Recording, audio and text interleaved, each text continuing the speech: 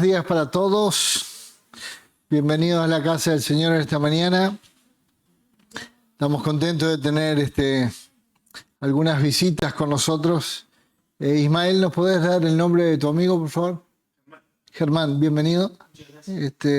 También estamos contentos de tener a Martín, su esposa Belén y Abril. Así que gracias por estar con nosotros. Héctor, contento que estés de vuelta con nosotros también. Que el Señor te ha dado un buen viaje de regreso. Así que bueno, qué lindo poder estar en la casa del Señor esta mañana. No sé cuántos se acuerdan del pastor Tom. Les manda muchos saludos. Ellos también empezaron su construcción de su iglesia hace un mes más o menos. Así que voy a ver si le pido que nos mande alguna foto o algo. Pero le dije que íbamos a estar orando por ellos también. Agradecidos por las veces que han podido venir a ayudarnos a nosotros acá. Ahora les toca a ellos. Así que si quieren organizar un viaje para ir para allá, avisen. ¿Tá? Bueno, vamos a tener un momentito de oración en esta mañana. Padre Celestial, te agradecemos por este día. Te agradecemos por todo lo que tú nos das. Te agradecemos por la lluvia.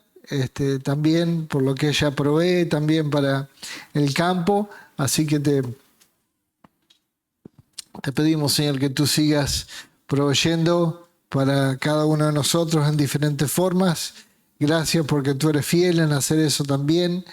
Te pedimos, Señor, por aquellos que no se sienten bien en el día de hoy, que tú estés con ellos. Por Viviana, te pedimos que tú estés con ella en esta mañana. Así que toca su cuerpo, te pedimos. Guíanos en todas las cosas. Gracias por traer a las visitas también, para que nosotros podamos tener un lindo tiempo de compañerismo, Señor, y podamos aprender juntos también en esta mañana. Así que guíanos en todas las cosas. Gracias, Señor, por el pastor Tom y su iglesia también, pudiendo empezar la construcción para su iglesia también. Gracias por la generosidad de cada uno de ellos para con nosotros, así que podamos estar orando nosotros también por ellos. Abre nuestra mente, nuestro corazón para escuchar de ti en esta mañana. Gracias por lo que estás haciendo y por lo que vas a hacer en el nombre de Jesús. Amén. Muy bien. Para los que están siguiendo, debido a una pequeña confusión, vamos a hacer el capítulo 12 hoy. La semana que viene vamos a hacer el 11 y después sí ya volvemos a hacer el 13 la otra. ¿Tá? Pero no hay ningún problema. Dicen que el orden de los factores no altera el producto, así que estamos lo más bien. Muy bien. En esta mañana precisamente vamos a estar hablando acerca de, bueno, primero cantos, sabiduría y el anhelo por Jesús. Y ahí vamos a estar hablando precisamente, básicamente, un enfoque en los salmos, pero también, también hablando un poquito de Proverbios, un poquito de Job, de Eclesiastés y de Cantar de los Cantares. Así que, bueno, simplemente una pequeña descripción de cada una de estas cosas para que podamos seguir aprendiendo de qué se trata la palabra de Dios y cómo eso impacta nuestras vidas también, ¿no? Bueno, y en medio del Antiguo Testamento, entre las promesas, profecías, entre los reyes y las batallas, bueno, la palabra de Dios nos sorprende precisamente con una colección, un himnario básicamente de 150 salmos que tratan precisamente a veces de la alabanza, pero también hablan acerca del dolor, ¿no? Y bueno, y son cosas que cada uno de nosotros necesitamos para saber de qué se trata un poquito la vida, ¿no? A ver, si yo le digo a alguno que me diga algún versículo de Salmo preferido que tengan, ¿quién me puede decir alguno? Salmo 51. Salmo 51. ¿Cuál versículo en particular? ¿Que habla de qué? De ser limpio como la blanca nieve. Muy bien, ser limpio como la blanca nieve. Muy bien, sí, Ana. Como el cielo brama por las corrientes de agua, así también clama por ti el alma mía. Muy bien, Salmo 42. ¿Alguien más?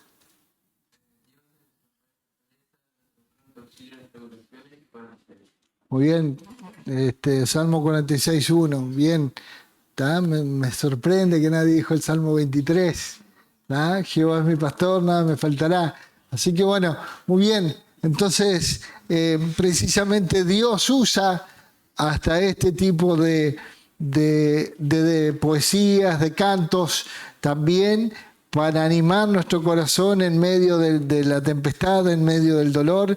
Y bueno, mejor que cualquier otro libro de la Biblia, los Salmos precisamente captan la narración de la relación del pacto de Dios con su pueblo también, ¿no? Y bueno, cantan acerca de las obras de Dios, del carácter de Dios, de la palabra de Dios y también de las promesas de Dios. Pero entre medio de todo eso hay un anhelo que se teje a través de todos estos salmos. Bueno, dice el anhelo para cada uno de nosotros de conocer a Dios, de tener una relación personal con Dios, y eso lo vemos a lo largo de todo esto, ¿no? Y bueno, y aunque el pueblo está disfrutando de las bendiciones de Dios, también está anticipando a lo que se irá a venir también. O sea que las bendiciones no han parado y estamos expectantes a lo que se va a cumplir todavía. Y aunque cantan de lo que Dios ha hecho, también cantan de lo que Dios hará. Y eso es lo lindo también cuando miramos nuestras vidas y cuando miramos las Escrituras, podemos darnos cuenta precisamente de que Dios ha hecho muchas cosas con nosotros, pero Dios no ha terminado con nosotros. Y eso también nos tiene que dar ánimo. Y bueno, también nos habla de que traerá un Mesías, el hijo de David, que redimirá a su pueblo y le dará precisamente la salvación. No lo busquen, pero en Apocalipsis 5:9 dice, este nuevo cántico para que lo cante por los siglos. Y bueno, y ahí tenemos una foto, ahí en la pantalla, que habla precisamente de los anhelos de Israel. Y eso es lo que vamos a estar enfocados en esta mañana, hablando precisamente de la salvación, de la redención, de la justicia, de la pureza, la presencia de Dios, la unión y la sabiduría. Entonces, ese va a ser nuestro enfoque en esta mañana, ¿no?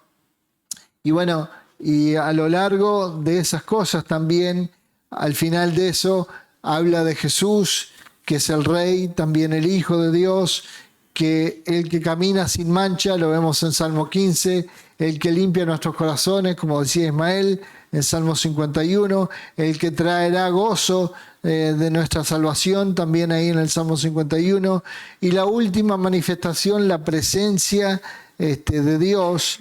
Y bueno, y tenemos un Dios justo y un Dios que también es el buen pastor que su vida da por las ovejas, ¿no? Entonces, primero tenemos el anhelo de salvación. Y bueno, los salmos comienzan con una promesa de bendición para los que se deleitan en Dios en vez de deleitarse en los deleites del pecado, ¿no? Alguien que me busque Salmo capítulo 1, versículo 3. Salmo capítulo 1, versículo 3, por favor.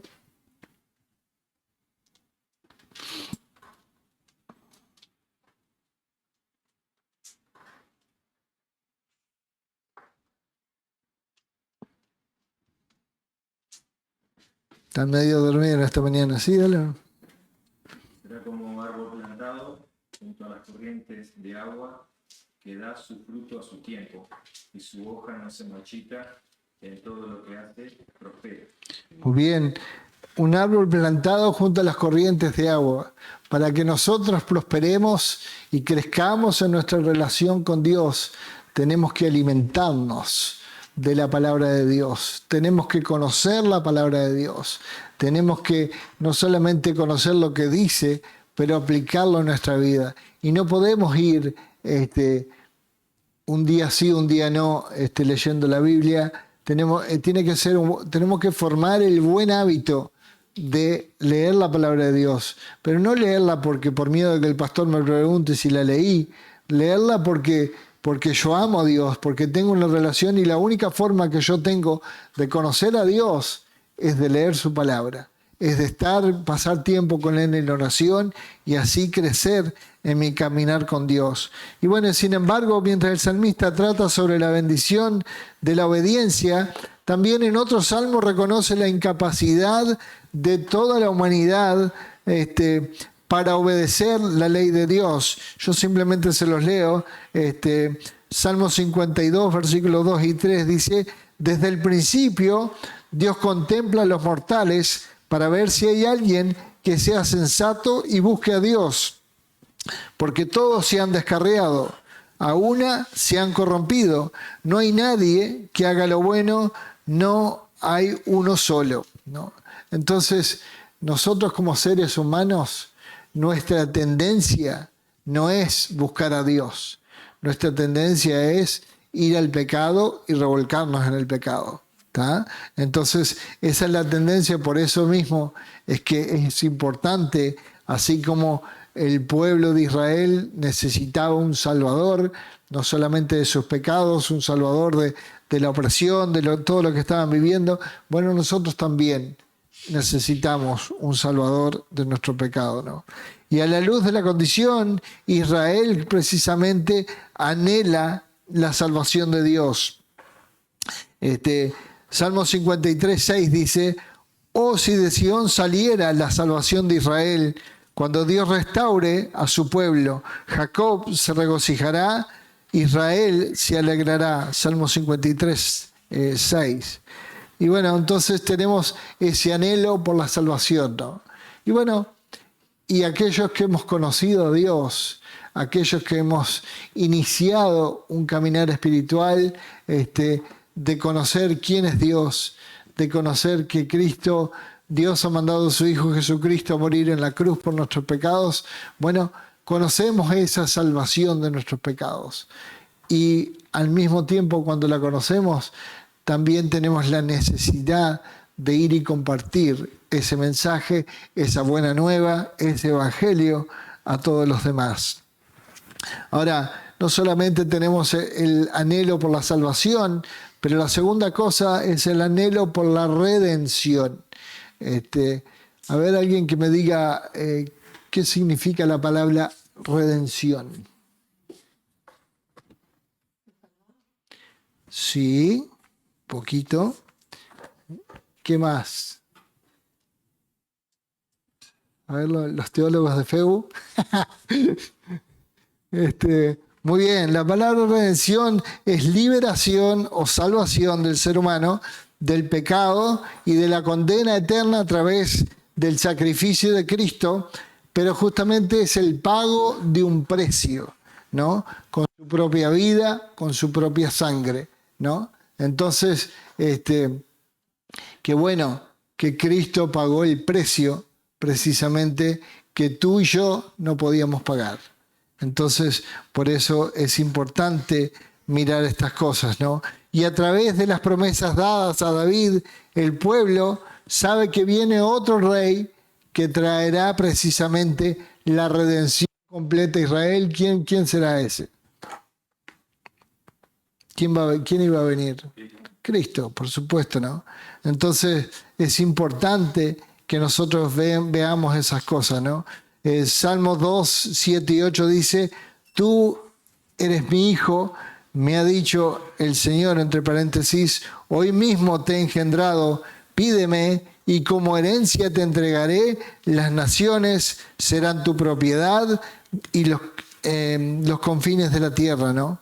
Y bueno, y al llamar a este rey su hijo, Dios recuerda de la promesa de bendición que fue dada a Abraham y que se iba a cumplir a través precisamente del rey venidero, ¿no? Y este hijo del rey no solo poseerá a Israel, sino que también tendrá a cargo y será heredero de todas las naciones, ¿no? Y bueno, los cristianos somos la heredad de Jesús. Somos para Él el nombre y una alabanza. Dios nos ha dado precisamente a Cristo cuando por su Espíritu y por su gracia obra en ellos para llevarlos precisamente a Cristo, ¿no? Y bueno, entonces, qué bueno que Dios nos ha comprado a nosotros. Comprado con sangre por Cristo, con gozo al cielo yo voy, a veces cantamos, ¿no? Entonces, tenemos que entender que la salvación para nosotros fue gratis porque no tuvimos que hacer nada, pero alguien tuvo que pagar el precio, por mi pecado y por el tuyo. Fue eso que condenó a Jesús a morir en la cruz. Entonces, eso también debe de producir en nosotros siempre un agradecimiento a Dios por lo que Él hace por nosotros.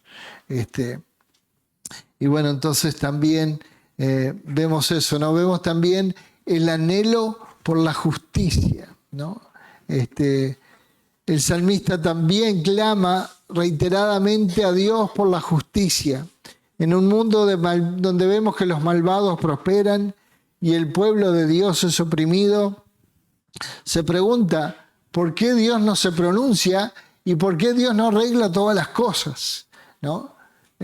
¿Cuántas veces nos gustaría tener el poder de Dios para decir que se haga esto y así se terminan los problemas, o el que me está molestando, o lo que sea?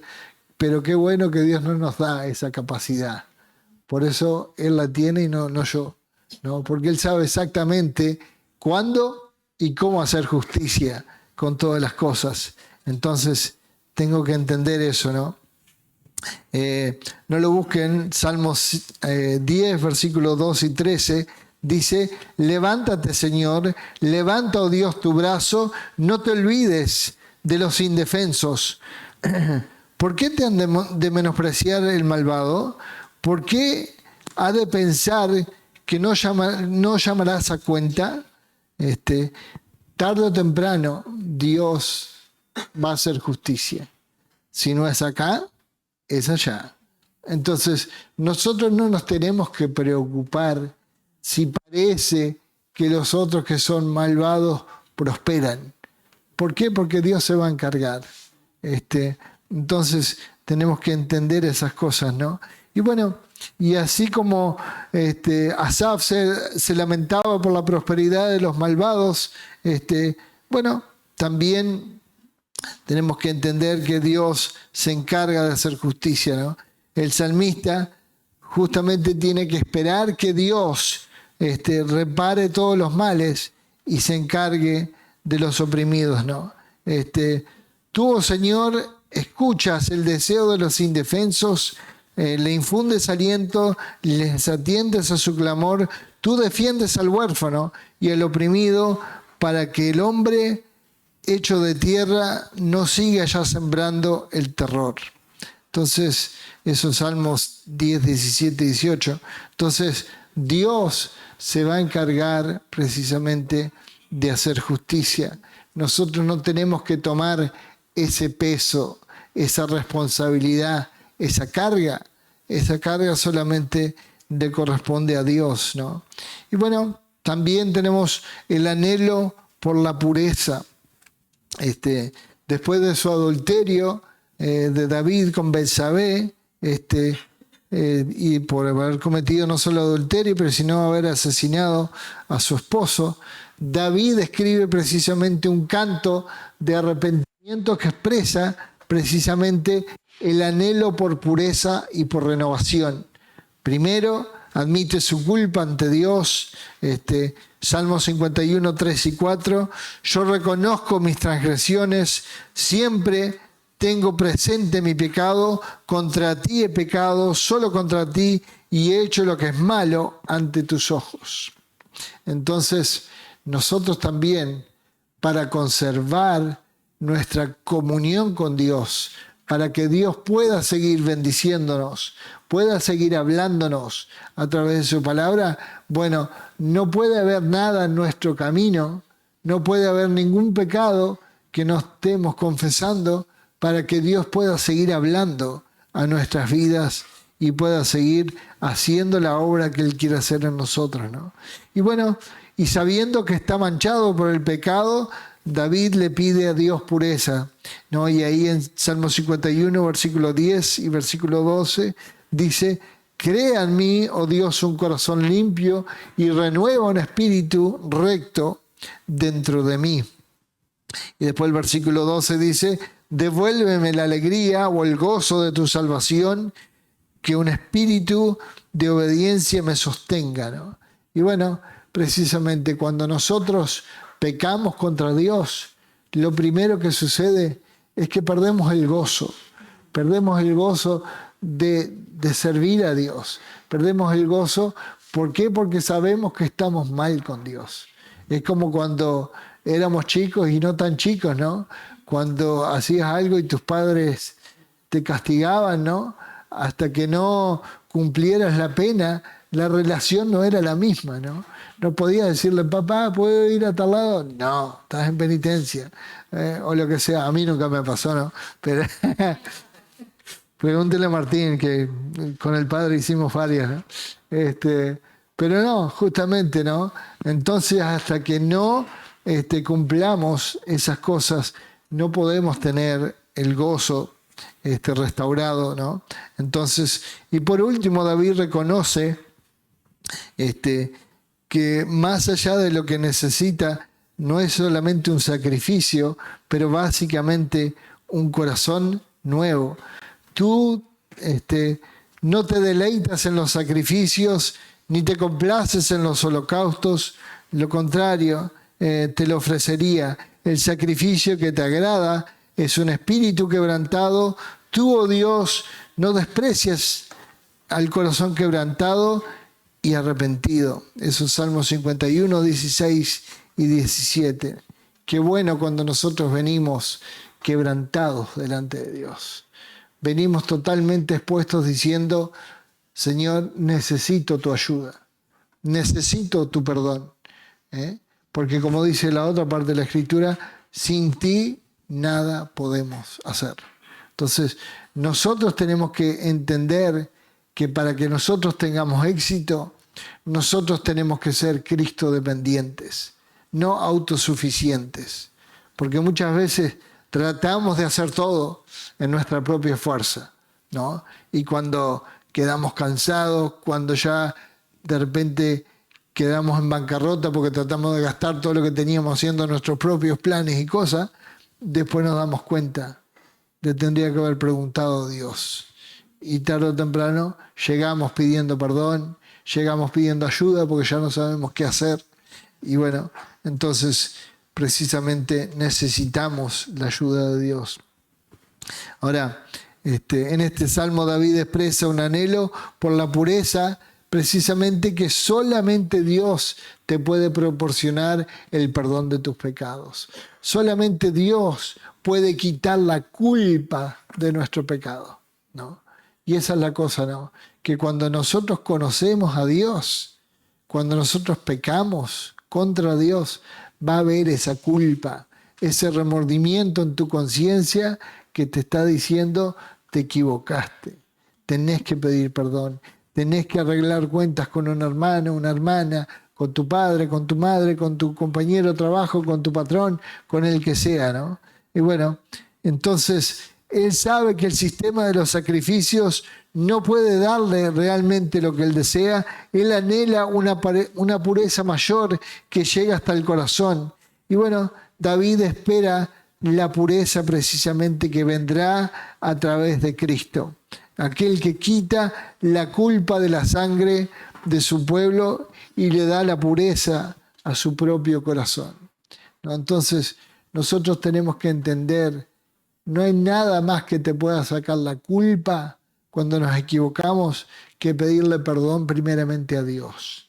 Y después, si tenemos que arreglar las cuentas con alguien, también tenemos que restaurar el daño que hemos hecho, ¿no? Y bueno, también tenemos el anhelo por la presencia de Dios. Y bueno, más que la redención, la justicia y la pureza, el salmista anhela la presencia de Dios. Y bueno, nosotros como cristianos eso es lo que debemos anhelar, la presencia de Dios. Expresa un clamor universal del pueblo, un clamor por volver a los días previos de la caída. ¿Se acuerdan? Cuando no había pecado en el mundo, cuando había una comunión perfecta de Adán y Eva con Dios. ¿Qué fue lo que arruinó todo? El pecado. y ahora en vez de estar en el huerto caminando en paz, tranquilos, hablando con Dios todos los días, después que pecaron, inmediatamente Dios habló. ¿Qué hicieron ellos? Se escondieron. Y Dios le preguntó, ¿dónde estás tú? No le preguntó porque no sabía. Porque no sabía dónde estaban. Le preguntó para que ellos se confesaran y dijeran, nosotros acá estamos. Estamos cubiertos porque tenemos vergüenza ahora. Porque el pecado entró en nuestra vida y entró en el mundo también, ¿no? Entonces, el expresar el gozo insuperable de estar con Dios, bueno, Salmo 16:11 dice, me has dado a conocer el camino de la vida, me llenarás de alegría en tu presencia, de dicha eterna a tu derecha, ¿no? Y qué bueno cuando nosotros podemos venir día a día a la presencia de Dios con nuestra Biblia abierta en nuestro corazón y orar a Dios y decirle, Dios, estoy luchando con tal cosa, estoy ansioso, estoy deprimido, estoy preocupado. Y bueno, y cuando leemos echando toda vuestra ansiedad sobre Él, porque Él tiene cuidado de nosotros. Cuando leemos por nada estéis afanosos, sino que sean conocidas vuestras peticiones delante de Dios con acción de gracias. Y bueno, y cuando leemos que mi Dios suplirá todo lo que os falta de acuerdo a sus riquezas en gloria.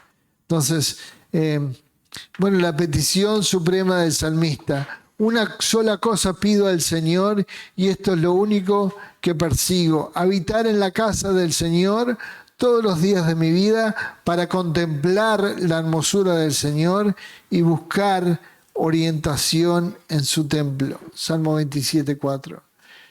Nosotros tenemos ese deseo como el día de hoy de venir a la casa de Dios. O la pregunta es, ¿por qué vine? ¿Vine para que no me digan nada? ¿Vine porque no tenía otra cosa que hacer? ¿Vine porque me siento solo? ¿O vine porque quiero escuchar de Dios, quiero crecer en mi caminar con Dios? Y bueno, y en medio de los problemas, el salmista declara única verdadera esperanza para Israel, como dijo Santiago recién, ¿no? El Salmo 46:1, Dios es nuestro amparo, nuestra fortaleza, nuestro pronto auxilio en la tribulación. Y el versículo 7 dice, el Señor de los ejércitos está con nosotros, nuestro refugio es el Dios de Jacob. Bueno, y en la representación de toda la nación de Israel, el salmista expresa lo que más desean, la presencia de Dios.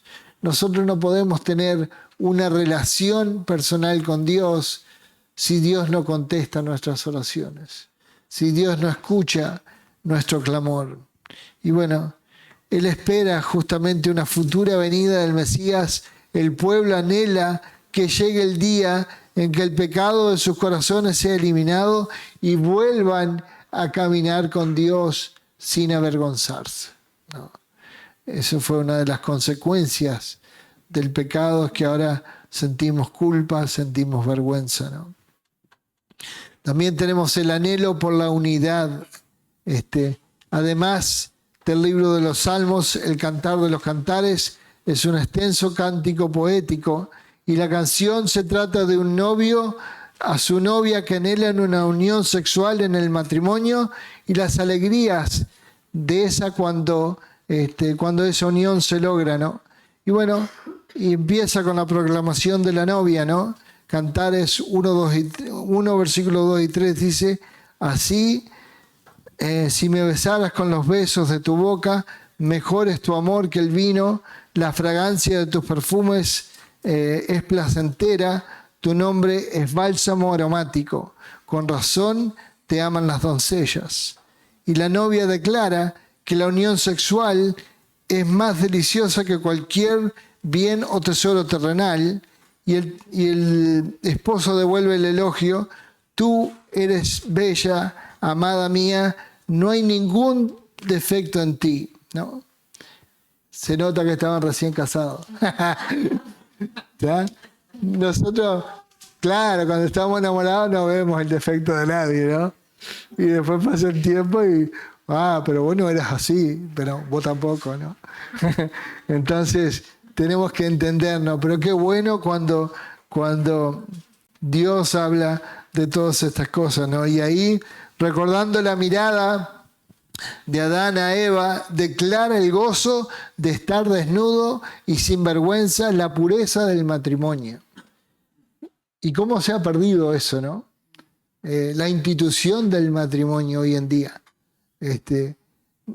Ya el hecho de estar casados más de 10 años es un logro, ¿no? ¿Por qué? Porque miran el matrimonio como un pedazo de papel, ¿no? Y no es un pedazo de papel, es un compromiso delante de Dios, un pacto, ¿no? Entonces, tenemos que entender esas cosas, ¿no? Y aplicarnos a eso, ¿no? Y al final de esta canción, la novia hace una última petición, dice en Cantares 8:6, ponme como sello sobre tu corazón, como sello sobre tu brazo, porque fuerte como la muerte es el amor, inexorables como el Seol, los cielos, sus destellos de fuego, la llama misma del Señor. En esta petición la novia muestra que aunque la canción trata principalmente del amor entre el marido y la esposa, también trata del amor del Señor por su pueblo, ¿no? Y bueno, y también refiriéndose a eso en Efesios 5:32, el apóstol Pablo, hablando del matrimonio, dice, esto es un misterio profundo y yo me refiero a Cristo y a la iglesia, ¿no? Y el Cantar de los Cantares habla de la maravillosa alegría y de la bendición de las intenciones de Dios en el matrimonio y al mismo tiempo nos señala lo más profundo de la unión que tenemos nosotros con Dios y bueno, y todo lo que deriva de eso, ¿no? Tenemos ahí en la pantalla, ¿no? La unión, precisamente, déjenme buscarla acá en la tablet también, así ya la tengo.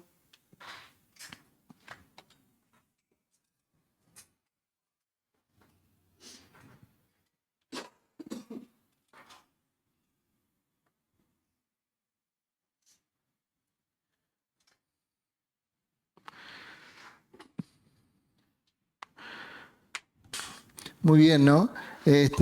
Esa unión precisamente complementaria del matrimonio, ¿no? Tenemos los diferentes aspectos, tenemos los atributos, las emociones, la voluntad y el intelecto. Y bueno, y también tenemos precisamente el compañerismo, la cooperación, el placer, la procreación y la meta principal, ¿no? La gloria de Dios, la unificación, ¿no? Y qué bueno es cuando nosotros trabajamos juntos. Nosotros cuando nos casamos para servir juntos al Señor, ¿no? Y hoy en día muchos matrimonios hacen todo separado, ¿no? Yo tengo mi cuenta, ella tiene la de ella. No debería ser nunca de esa manera, ¿no? Y juntos deberían buscar conocer más a Dios. Juntos deberían estimularse el uno al otro al amor y a las buenas obras, ¿no? Juntos deberían buscar la voluntad de Dios para sus vidas personales, pero como matrimonio, que es lo que Dios tiene planeado para eso, ¿no? Y bueno, y ver precisamente la relación que Cristo tiene también y la unión que Cristo tiene con la iglesia, ¿no? Y qué bueno cuando miramos todas esas cosas y nos damos cuenta que tenemos un Dios que hace todo en orden. Y por eso es que es importante unirse en matrimonio con la persona indicada, ¿no? ¿Por qué? Porque Dios tiene una persona especial para cada uno de nosotros, ¿no? Por eso dijo, ¿no? Yo no es bueno que el hombre esté solo. Le daré una ayuda idónea, una ayuda complementaria, una ayuda perfecta para él o para ella, ¿no? Entonces tenemos que nosotros entender esas cosas y nosotros tenemos que agradecer, ¿no? También tenemos el anhelo por la sabiduría, ¿no? El anhelo por la sabiduría. Juntos, precisamente con los cantos, también tenemos el desarrollo de la sabiduría. Como el Salmo comienza que alguien es bienaventurado porque se deleita en la ley del Señor. Bueno, los proverbios inician con la persona sabia que camina en el temor del Señor, ¿no? ¿Sí? Proverbios 1:7, el principio de la sabiduría es que el temor a Jehová. Y ese temor nace de un temor reverente por quién es Dios. ¿Por qué Él hace lo que hace en nuestra vida, ¿no? Bueno, y ese es el fundamento de Proverbios, indicando que nosotros tenemos que ver estos refranes como la instrucción de un padre a un hijo, enseñándole precisamente cómo caminar directamente con el Señor, ¿no? Y bueno, y esa es la parte que hoy tenemos que enfatizar a nuestros hijos, a esta juventud del día de hoy. El respeto precisamente por la palabra de Dios. El respeto por los padres. Se ha perdido todas esas cosas, ¿no? Y bueno, y la naturaleza pasajera, temporal en la última instancia, ¿no?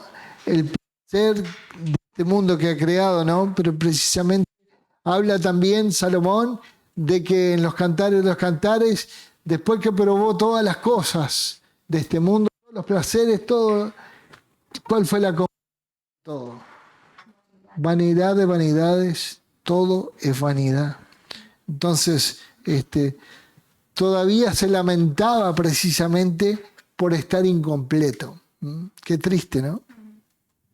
Entonces, tenemos que entender, ¿no? Eso, ¿no? Después tenemos el libro de Job, tenemos el ejemplo de Job, precisamente, pasó un montón de cosas, ¿no? Es la narrativa de un hombre piadoso que se ve sometido a sufrimientos, a pérdidas de bienes, de familia, de salud. Y sin embargo, vemos un ejemplo de su relación personal con Dios. Como él ofrecía sacrificios por sus hijos, por las dudas, si ellos habían pecado contra Dios, ¿no? Y eso habla de su cercanía con Cristo, de su cercanía con Dios, de cómo él valoraba precisamente su relación personal con Dios. Y la pregunta para nosotros es, ¿nosotros valoramos nuestra relación con Dios?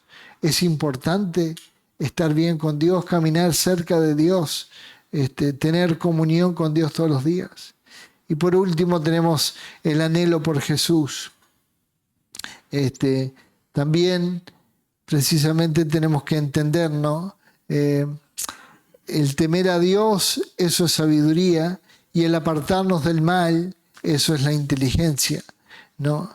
Y entonces nosotros tenemos que anhelar precisamente caminar con Jesús. El buen pastor nos guía por los caminos rectos, ¿no?